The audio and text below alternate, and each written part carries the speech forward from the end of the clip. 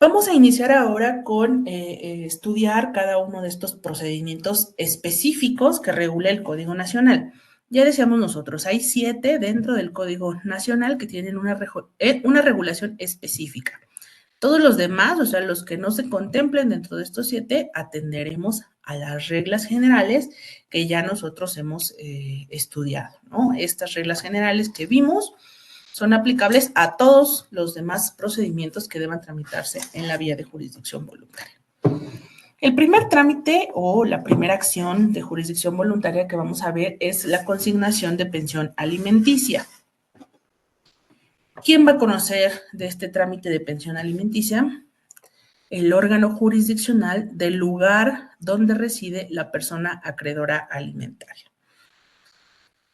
Aquí no hay una regla específica, sin embargo, entendiendo o aplicando por analogía las reglas relativas a los alimentos, se ha determinado que debe ser el órgano jurisdiccional donde reside la persona acreedora quien deba conocer de esto. Y hay una justificación para ello.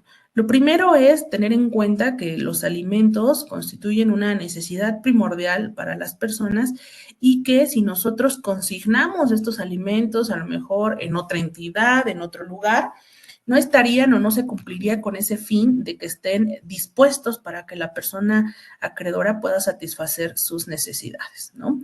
Además, podría ocasionar pues algunas otras complicaciones que atentarían también contra el interés superior de niños, niñas y adolescentes en caso de que sean ellos los acreedores alimentarios. Por eso es que debe proponerse entonces en el lugar más cercano, el que quede el órgano jurisdiccional más cerca al domicilio de la persona acreedora para que al comparecer a recogerlo no le implique pues un desgaste innecesario de recursos materiales, ¿no? De tiempo, de dinero, de esfuerzo, y que se pueda cumplir con este objetivo de la pensión alimenticia. Recuerdan ustedes que les dije que existe también el juzgado familiar en línea que conoce de este o que puede conocer de este tipo de procedimientos. Se ha determinado, se ha hecho un estudio que no sería viable que las consignaciones de pensiones alimenticias se tramiten en línea por las particularidades de su tramitación, porque esta consignación de pensión alimenticia requiere, como vemos aquí, que se presente un cheque certificado o un billete de depósito, que incluso nosotros hemos establecido que como buena práctica pudiera también recibirse efectivo, aunque el Código Nacional de Procedimientos civiles y familiares no lo contemple, ¿no? Pero maximizando estos derechos, haciendo una interpretación conforme, puede darse el caso también de que se presente en efectivo. Entonces, ¿qué pasa con las oficialías virtuales? El juzgado familiar en línea no tiene una sede física, digamos, bueno, tiene una sede administrativa física, pero no una oficialía de partes física donde las personas puedan llevar estos billetes o estos checos certificados, etcétera. Entonces, eso complicaría el trámite de las consignaciones a través del tribunal electrónico. Por eso es que seguirán o tendrán que ser los órganos jurisdiccionales en materia familiar tradicionales, como los hemos llamado, los que tienen una sede física, quienes deban conocer de este trámite de la pensión alimenticia. Ya decíamos que en los requisitos de la solicitud, esta consignación debe acompañarse del cheque certificado o el billete de depósito donde conste. ¿Qué otros requisitos debe contener esta consignación? Pues los requisitos generales que ya veíamos en diapositivas atrás, ¿no? El domicilio de quien está consignando, la persona que debe ser citada, en este caso el acreedor alimentario o quien represente sus intereses para que comparezca a recibir esta cantidad. Y también establecer, reiterar que aunque el Código Nacional no lo contempla, sí existe la posibilidad de que estas consignaciones se reciban en efectivo, con dinero en efectivo. Si esta solicitud cumple los requisitos, entonces se emite un auto admisorio. Este auto admisorio tiene algunas particularidades. Debe de ordenar la citación de la persona beneficiaria para que comparezca a recibir la consignación. Pero además, también aunque el trámite, aunque el Código Nacional no lo contempla, nosotros estamos obligados a prever o proveer en ese auto admisorio lo correspondiente al trámite administrativo de los valores. Recuerden ustedes que nosotros tenemos una reglamentación específica para la permanencia de los valores en un juzgado tradicional. Entonces, en este autoadmisorio tendrá que hacerse saber también tanto a la persona consignante como a la persona beneficiaria el tiempo en el que estará disponible este billete de depósito o este cheque para que lo reciba, y que en caso de no hacerlo así, pues tendremos que remitirlo a la autoridad administrativa competente. Desde luego, existe la posibilidad de devolverlo, pero tendrá que realizar este trámite adicional. ¿Cuáles son los efectos de esta pensión, de esta consignación de pensión? Primero, que no extingue la obligación alimentaria y tampoco fija el monto de esta obligación alimentaria, ¿no? Quien consigna una pensión alimenticia, a menos que ya tenga, bueno, si ya tiene determinado el monto de esa pensión alimenticia, pues puede realizar esas consignaciones en el propio expediente donde se haya determinado esto. Pero aquí partimos del supuesto de que no existe una fijación en cuanto al monto, y el hecho de que él consigne cierta cantidad cada periodo de tiempo no establece por sí mismo que ese deba ser el monto idóneo de la obligación alimentaria. Esto desde luego tiene que proponerse o estudiarse en la acción correspondiente a través del análisis de la capacidad económica de los deudores y de la necesidad de los acreedores. No, tampoco extingue el pago o la obligación de la pensión alimenticia, es decir, aunque hubiere consignaciones constantes, eso no significa que la parte acreedora no pueda proponer esta acción de alimentos para que se estudie si ha habido algún incumplimiento, si debe ser un monto mayor o menor al que en este caso se está consignando. El Código Nacional permite que existan diversas consignaciones en el mismo expediente, ¿no? Anteriormente, esta consignación de pensión alimenticia, nosotros la ventilábamos como actos preparatorios, y lo que hacíamos era recibir una consignación y archivar ese expediente. Entonces, podemos tener 10 o 20 o más expedientes de consignación de pensión alimenticia, porque cada mes llegaban con un billete de depósito a consignar la pensión que de acuerdo a esto correspondía, y nosotros entregábamos ese billete y archivamos el expediente, entregábamos ese billete y archivamos el expediente. Aquí se permiten varias consignaciones o muchas consignaciones en el mismo expediente, es decir, si ya hay un expediente sobre esta consignación del mes, y sea que la persona haya recibido o se haya negado a recibir la cantidad consignada, de cualquier manera el deudor puede seguir consignando en este mismo expediente las cantidades que él estime correspondientes u oportunas para satisfacer esta obligación.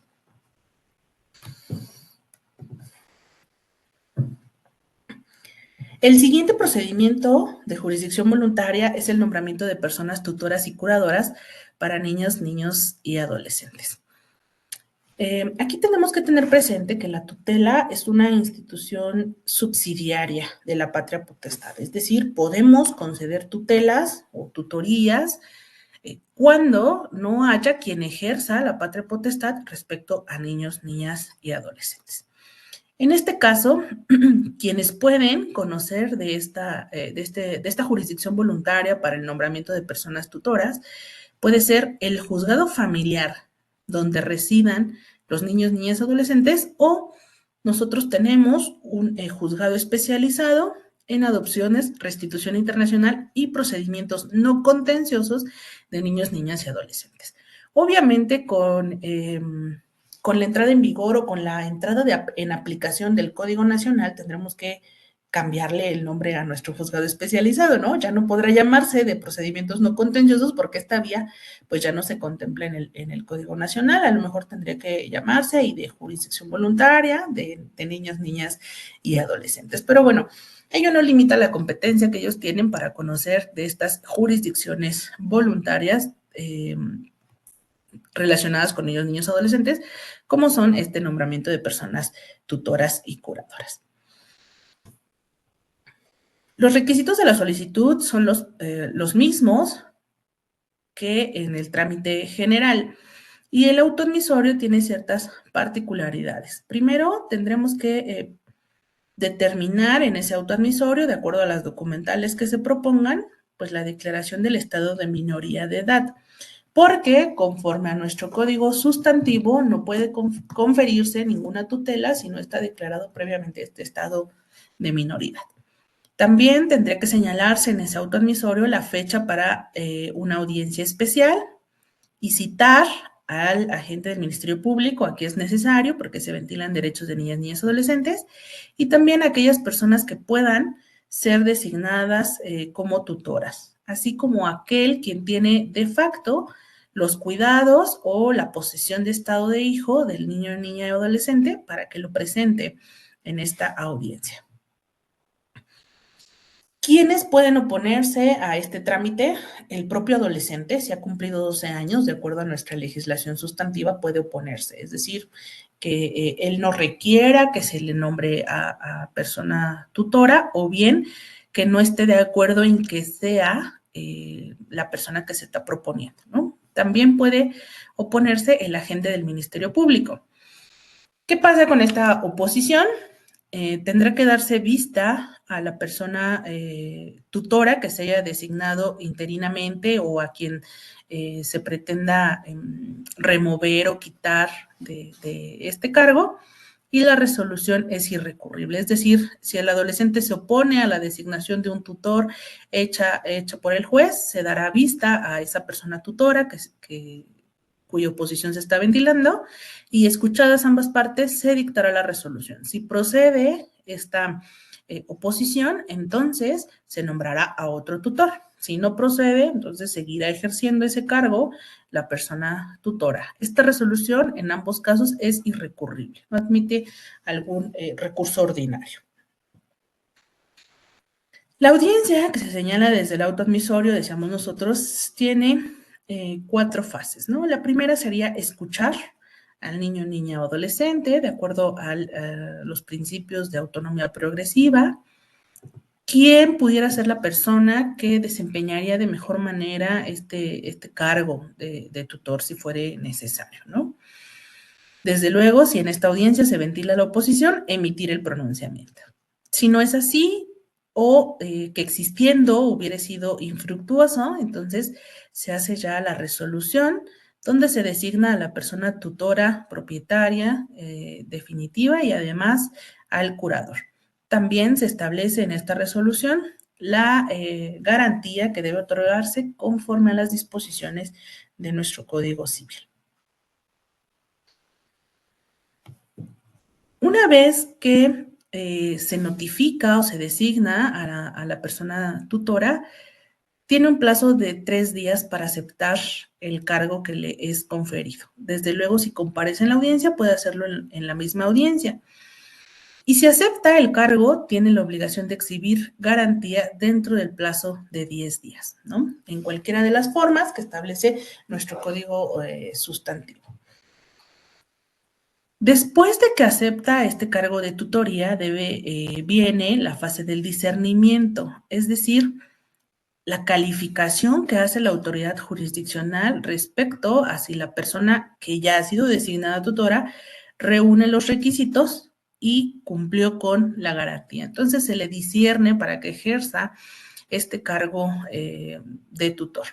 Si es así, es decir, si reúne los requisitos, otorgó la garantía, cumplió con lo que se le impuso, entonces puede ejercer ya plenamente este cargo, pero además nosotros tenemos la obligación de anotarlo en el registro de discernimientos. Este es un nuevo registro que surge precisamente con este Código Nacional, no teníamos regulado antes, y que de acuerdo a este debe contener mínimamente el nombre del pupilo, la fecha de resolución de la tutoría, el nombre del tutor, domicilio, teléfono y correo electrónico para que le puedan ser practicadas las notificaciones posteriores. De acuerdo al propio código, este registro de discernimientos puede ser consultable por la Procuraduría de Protección de Niños, Niñas y Adolescentes y por el Ministerio Público adscrito al órgano jurisdiccional. Y vamos a ver ahorita cuál es el efecto de tener acceso a este registro de discernimientos, ¿no? Si el juez califica que o niega el discernimiento, es decir, que la persona no reúne los requisitos para ser tutor o no otorga la garantía, entonces deniega el discernimiento, esa resolución también es irrecurrible, pero entonces lo conducente es proceder a la designación de una nueva persona tutora. Es decir, como si fuera un ciclo, ¿no? Nos regresamos. Lo vamos a ver ahorita en el flujograma, cómo es que la denegación tiene el efecto de regresar con el trámite, verificar nuevamente quiénes pueden ser tutores y hacer el trámite correspondiente. ¿Qué medios de impugnación se contemplan acá? Primero, la oposición o la resolución de la oposición, ya sea del adolescente o del MP, es irrecurrible siempre, ¿no? Y en caso de que alguno de los tutores se excuse, y ya sea que se admita la excusa o se niegue la excusa, esta resolución es apelable en el efecto devolutivo. Una vez que se ha otorgado una tutoría, pues ahí no termina el expediente y ya lo mandamos al archivo, sino que hay que prever un seguimiento que se haga de este nombramiento de personas tutoras y curadoras. ¿Cuánto va a durar este seguimiento? Va a durar hasta que la persona sujeta a la tutoría adquiera la mayoría de edad, es decir, hasta que cumpla los 18 años. Entonces, con independencia de cuándo se haya dictado la resolución, en el primer mes de cada año vamos a citar a una audiencia a la persona tutora, al niño, niña o adolescente sujeto a esta tutoría, a la Procuraduría de Protección de Niños, Niñas y Adolescentes y al Ministerio Público, para que en una audiencia pública se haga el seguimiento de esta tutoría. ¿Qué va a pasar en esa audiencia? Primero se van a recibir las cuentas si es que quien se designó tutor administre bienes de niños, niñas, adolescentes. Si no, pues esta parte se omite, ¿no? Pero además vamos a recibir un informe médico, de acuerdo con las formalidades que establece este código, un certificado médico, si el niño, niña o adolescente tiene un padecimiento específico o alguna enfermedad particular, también el informe de la especialidad para ver cuál ha sido su estado de salud durante ese año, ¿no? Si nos encontramos con que falleció la persona tutora, entonces en esa misma audiencia de seguimiento se hace, conforme a las reglas que ya hemos visto, el reemplazo de la persona tutora. Si de este seguimiento se advierte alguna negligencia, algún descuido por parte de la persona tutora, se inicia, se da intervención del Ministerio Público para iniciar el trámite incidental de remoción de la persona tutora, ¿no? Si a lo mejor de un informe advertimos que su estado de salud era, pues, bueno, y que debido a cuidados o a que desatendió sus consultas o a de que el tutor no estuvo pendiente de sus medicamentos, etcétera, empeoró este estado de salud, entonces eso podría considerarse una negligencia y sería suficiente para ventilar en la vía incidental la remoción de esta persona tutora o curadora. Entonces este seguimiento, decíamos, ya se puede hacer o se debe hacer durante el primer mes de cada año. Y por eso es importante este registro de discernimientos que nosotros comentábamos en la diapositiva anterior, ¿no? ¿Cómo va a saber la Procuraduría y el agente del Ministerio Público quiénes son las personas sujetas o quiénes son, cuántos asuntos vamos a tener que revisar, etcétera? Pues por este registro precisamente, porque ahí se va a controlar qué seguimiento se ha dado, quién es el tutor, e incluso los datos de contacto por si llegara a haber alguna emergencia o alguna situación particular por la cual deba contactarse a la persona. Los casos de remoción, ya dijimos, tendrá que ventilarse vía incidental y pueden ser por descuido o maltrato del pupilo, ya decíamos, si se justifica en este seguimiento alguna negligencia o antes, ¿no? Incluso si fuera a mediados de año, no en el primer mes del año, pero si se toma noticia, ya sea por el DIF, por la Procuraduría de Protección de Niños, Niñas y Adolescentes o por el Ministerio Público, alguna circunstancia de maltrato, entonces puede ventilarse vía incidental esta remoción a petición de alguno de ellos. O también si es que el tutor administra bienes y no rinde las cuentas dentro del plazo que se establece. Dice aquí que dentro del primer mes de cada año debe presentar la cuenta Pero más adelante el código nos habla que puede prorrogarse o extenderse este plazo dentro de los siguientes 3 meses. Es decir, no las presentó en la primera audiencia, pero puede hacerlo dentro de los siguientes 3 meses. Si no lo hace, entonces ya hay una causa para proceder a esta remoción vía incidental.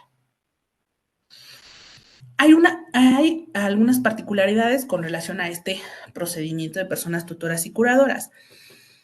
En cualquier momento puede decretarse el cuidado de niños, niñas y adolescentes, aún estando sujetos a patria potestad o tutela. Es decir, es como un procedimiento distinto o una modalidad distinta dentro de este procedimiento de jurisdicción voluntaria.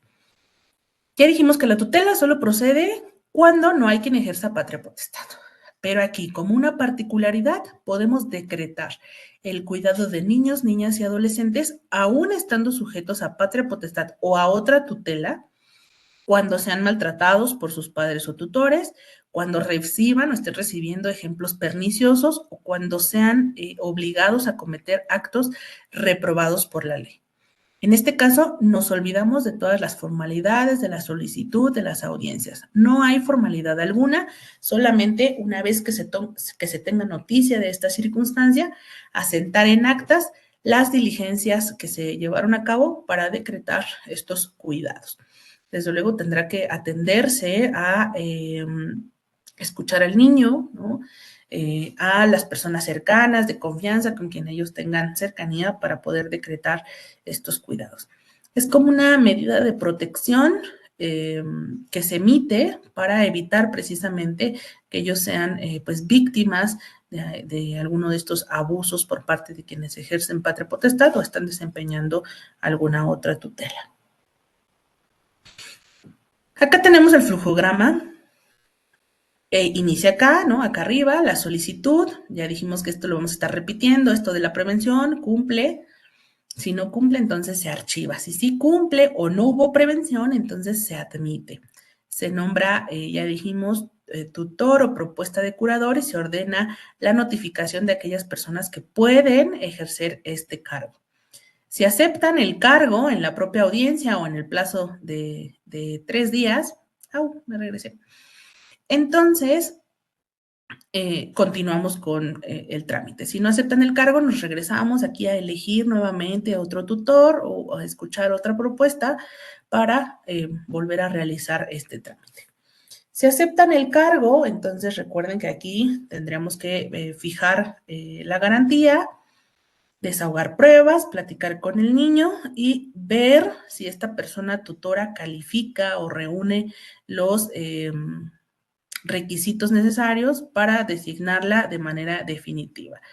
Si sí los reúne, si cumple con todo, entonces se le discierne del cargo, se ordena su registro en el sistema y lo consecuente es hacer la rendición anual o el seguimiento correspondiente de esta tutoría. Si no reúne los requisitos, ya decíamos, nos regresamos, ¿no? Nombramos a otra persona de entre las propuestas, verificamos el vínculo, la relación que tenga con el niño, le notificamos si desea ejercer este cargo o plantear su excusa. Nuevamente, verificamos si cumple los requisitos y así regresamos, ¿no? También hacemos este trámite cuando la persona que se haya designado tutora fallezca, ¿no? Escuchamos nuevamente cuáles son las propuestas, verificamos la opinión del niño, niña o adolescente con relación a esta nueva designación, estudiamos si cumple con los requisitos, de ser así, le discernimos del cargo y nuevamente lo anotamos en el sistema. Esto sería por cuanto hace al nombramiento de personas tutoras y curadoras, que es uno de los procedimientos de jurisdicción voluntaria con regulación especial dentro de este Código Nacional.